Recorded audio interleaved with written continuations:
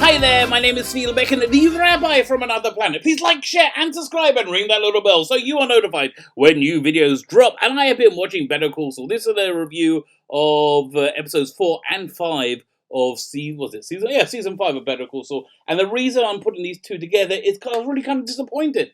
After season 5, the first 3 episodes, I think were just phenomenal. They were as good as Breaking Bad ever was. I was really excited, and it just kind of lost that in the last 2 episodes. So, I didn't review, episode 4, Namaste, hoping that episode 5 it'll get back to, get back to the greatness of the first couple of episodes of the season. But alas, no. So I've given up. So I'm just reviewing it anyway and being, not as happy.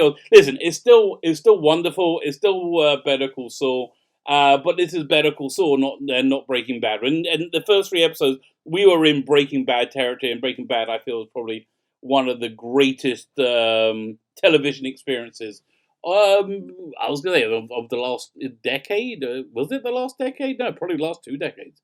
I can't remember when it came out. Anyway, but it's not as good as that, but it's still better than most things on TV. But before we get in there, if you could consider hitting the subscribe button, thank you very much. We're all trapped inside our homes in this very strange apocalypse that we're experiencing, and I very much appreciate your help. But by the way, we're doing quite a bit more Breaking Bad stuff on this channel and around. We're going to be doing live streams about it, I think reviewing Breaking Bad as we go along, like going through the whole thing. But I give stuff away each week on this channel because I am very appreciative to anybody who's subscribed. I really am, genuinely appreciative. Thank you very much. If I haven't thanked you, and I think I thanked you already. So the stuff I give away this week is very apropos for this video, because it is Breaking Bad, the complete 2nd season on Blu-ray. Fantastic season on TV. But, I guess because you're watching this, you already know. So all you need to do to win it is subscribe to the channel. Subscribing being the very important part from my perspective. And then leave the comment with the hashtag, I am the one who knocks. I am the one who knocks. Go and look at the video notes. It'll give you all the information you need to enter win. Where we're giving away, I think we're giving away sometime this week, maybe Sunday, sometimes within the next week. I think Sunday, whenever we start doing those Breaking Bad streams, which, given that all the other YouTubers are also trapped inside their homes, which is probably going to be sooner rather than later. So yeah, so when we start doing that is when we'll give away. Also in the video notes, there's a link to download a Doctor Who audio adventure from the mid-80s. Sorry, Nicholas Briggs is a doctor. Enjoy, download, enjoy. Listen, we've all got to find stuff to fill our time. So again, I'm really disappointed that we weren't at the height of the first 3 episodes, and I think it's because we moved focus away from the most compelling storyline, which is the Lala Salamanca and the whole crystal meth stuff. I think the crystal meth stuff is kind of the stuff that the secret sauce that makes the Breaking Bad universe work. So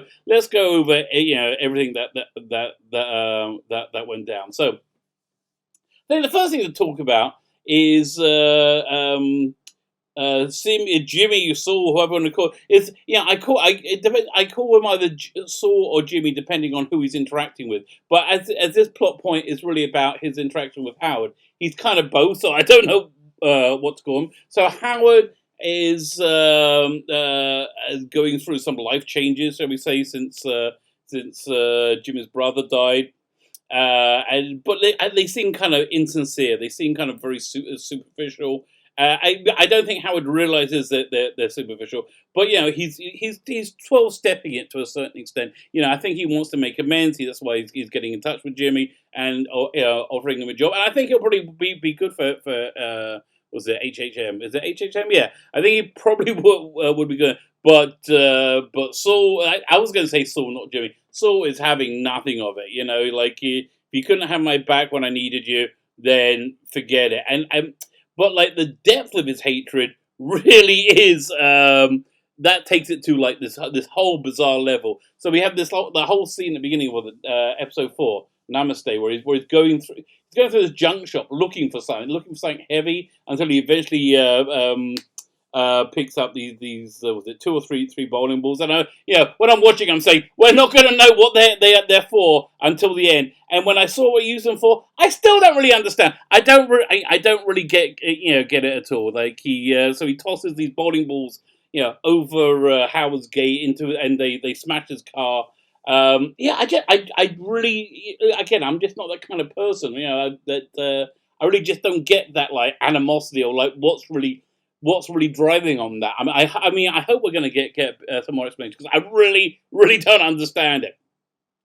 What else is going on? So we have briefly when we see the Gus Fring the Salamanca ongoing drug war, which they can't admit is a drug war because then they'll all be killed. We get the scene where Fring has to give up $700,000 to the DEA so nobody smells a rat. So the Salamancas don't smell a rat, that they know there's a mole, and the DEA doesn't smell a rat, so they've got to give up the $700,000. And this does not sit well with Gus. Gus is pissed off, and he's got all this frustration and anger, and he takes it out on this poor very very dedicated manager for his restaurant. And actually, I'm not sure if that's what's going on, or if he's trying to set up a really clear alibi for himself. That he was clearly there all the time because the guy's like cleaning the fryer later over and over again, and he's doing it like fruitlessly, pointlessly.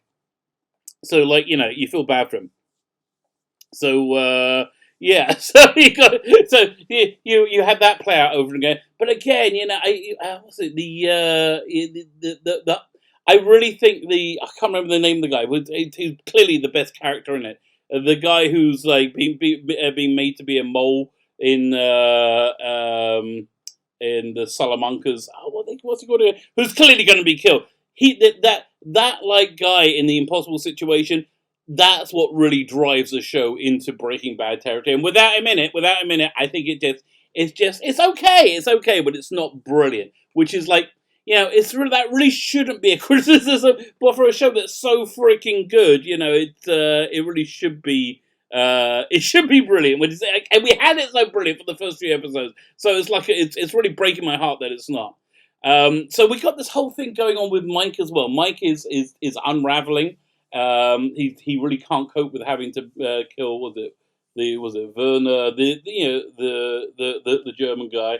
And so he's becoming more self-destructive. He's got all this self-hatred, becoming more self-destructive. Basically, like trying to get himself killed. And he very nearly does. He picks a fight with a bunch of very, very, very large, powerful-looking people, which I wouldn't do. And so and he beats them, and then he walks past them again, picking a fight again, hoping that he's going to be killed. And that's basically what happens. He ends up getting stabbed, but then he wakes up and he doesn't know where he is, and his injuries have been treated. And that's actually a pretty interesting way to end that episode. Namaste. So episode 5 is much more about what's going on there as he's recuperating. He's recuperating in this village dedicated to Max. Max was the guy who was killed in the flashback in Breaking Bad, his former partner. I get a feeling like it's his former lover as well. But have we ever spoken about that? I don't think anybody's ever like gone into more detail. And I believe Fring is married in Breaking Bad. But Fring is such a controlled person and will do so much to protect himself. You could imagine he has he has a sham marriage to cover himself. So Mike wakes up. He tries to leave, but he's not going to make it, and he's picked up again by the doctor who works there, who not works. Who I think again he's under Fring's employ, and Fring has told him he wants Mike to stay alive. So Mike knows that he's got to make him stay alive. Like if Mike dies, then I think a lot of people are going to be in trouble, and be very very violent trouble. So he knows he's got to stay alive, and he knows, so he has to recuperate. He starts kind of getting into like he's the type of guy who needs to be useful. He starts doing carpentry around the house, but he's doing this cool like MacGyver like DIY stuff to try and find a way of charging up his phone so he can get in contact with Fring and say what's going on. And so finally, at the end of the episode, what's that episode called? Oh, was it Dedicado a Max? So it's dedicated to Max. So yeah, but by the end of it, Fring finally turns up, and all this is to recruit Mike into being a really loyal. Well, I guess it's recruiting Mike into being the guy who he was when we meet him, and who's incredibly loyal to Fring and is willing to kill for Fring, without blinking. So he's recruit. He needs a. He says he needs a soldier for this his drug war. But he needs a general, I think. But that's what was going on there. But the bulk of everything is taken up with Kim's story, and she is just not happy with this whole call center thing, throwing this guy out of his property for the Mesaveda call center. And so first, first thing is she try and talks who was it, the boss of Mesaveda into moving to a different plot, but he won't move. This is not about practicality for him. This is about pride and doing what he believes is right. So interesting enough. Later on in the episode, we find out a little bit more about him when they try and find some dirt on him, and there's no dirt to be found. So I think you will find people who are far less willing to compromise when they think they're right, when they don't have dirt on them. Like me, it's gonna be hard. It's gonna be hard to blackmail me because I don't do anything bad. This is it. I mouth off in front of the camera in my basement, so it's gonna be hard to blackmail. Like all the time, I get these emails saying we record you on webcam, jacking off. I'm like, well, I don't think you did because I didn't do. But so I can imagine people being like, but if you don't do that, it gives you, it fills you with this sense of righteousness, especially when you think you're right, which I think is what's driving him there. And I think this whole I think everything is tied up with his.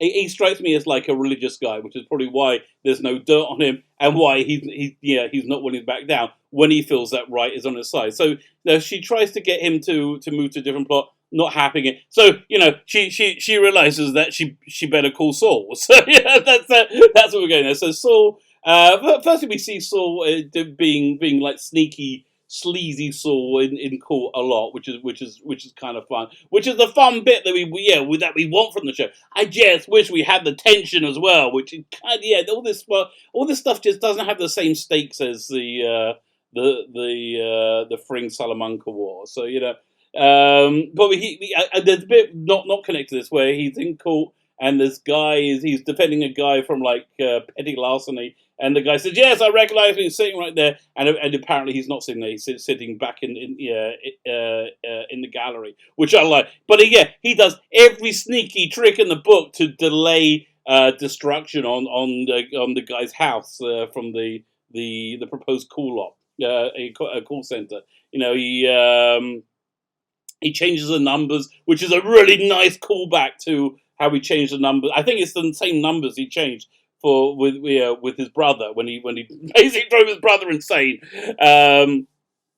He plants like archaeological pottery and makes it into like an archaeological site. They do this cool thing, getting batteries out of watches that must have beryllium in them or something like radioactive something, and like puts them there. So it's radioactive stuff. And my favorite bit is like he airbrushes. He badly spray paints like a visage of Jesus on the wall, making it into like a religious shrine. Which all this stuff is great. All this stuff is just things that are not in Kim's wheelhouse. So Kim likes to be by the book. Kim is happiest working by the book. So Kim tries to quit to the Mesaveda boss, but he won't do it.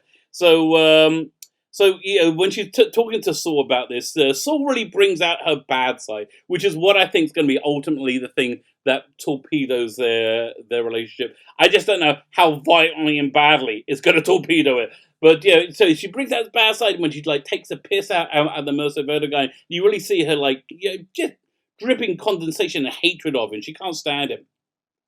This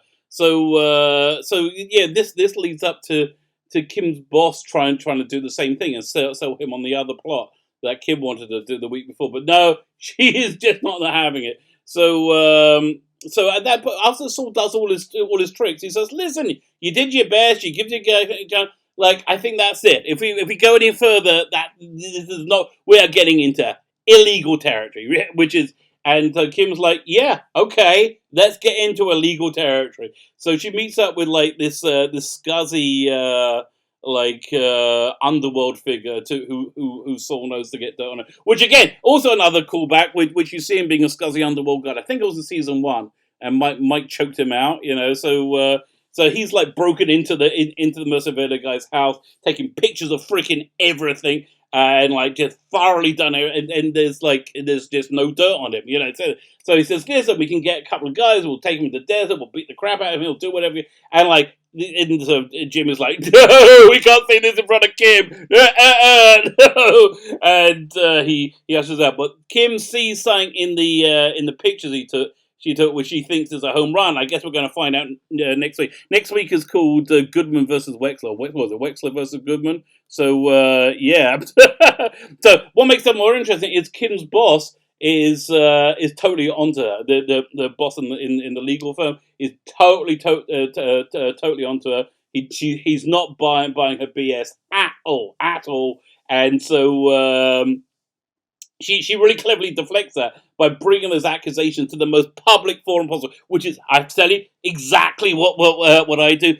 I don't understand why people think that you're going to keep. If somebody threatens you privately, make a video of it. That dries up people being arseholes quicker. I don't understand why people do. I had somebody threaten me like about 2 months ago or something, and they just didn't think it through. And I just took my camera out. I filmed them doing it, and I filmed the reactions of it. There was some very emotional reactions went down, and they do not want that video. Yeah, here look. Basically, here's a good rule to live your life by. And I don't know if I'm right about it, but it's a really good rule to live your life by, which is I believe, this is just my personal belief. I don't know if it's supported within theory. I think it is. My belief is when you die. When you die, like you go out, you get judged on your life. If you ever see, there's a great movie called Defending Your Life, started by, was it Alfred Brooks, Saint Brooks, Max Brooks, no, Alfred Brooks, I think.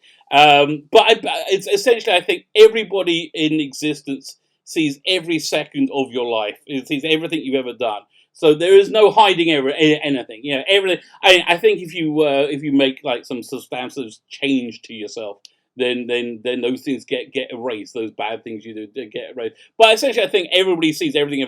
There is no hiding anything. So that's really the best way, I would say, to do a conversation. Just bring it as public as possible. Because people tend to run screaming when you do that. Fine. So that is Better Call Saul, Season 5, Episodes 4 and 5. I'll let you guys know when we're going to be doing the Breaking Bad streams, which I'm really kind of excited about. Because, it came out, when I was on the TARDIS Zone on, was it Sunday night? It came out that people love Breaking Bad, so we got to do a Breaking Bad stream. So that's coming up. My name is Fila Beck, and if you can consider hitting that subscribe button, thank you so much. Don't forget to subscribe to win this. And also, we've got Season 3 we're probably giving away next week. So, plenty of good stuff. Come on back. Keep safe. I don't think it's worth me saying, but don't go outside. There's no need to go anywhere. We have the internet. Everything is there. Just don't only go outside if you need to. It would be my advice. And keep yourself connected to YouTube, because there are going to be some freaking awesome streams going on over the next weeks and months. My name is Fila Beck, and the Rabbi from another planet. Please like, share, and subscribe. Ring the little bell so you are notified when new videos drop. And have yourself a fantastic, if somewhat isolated day.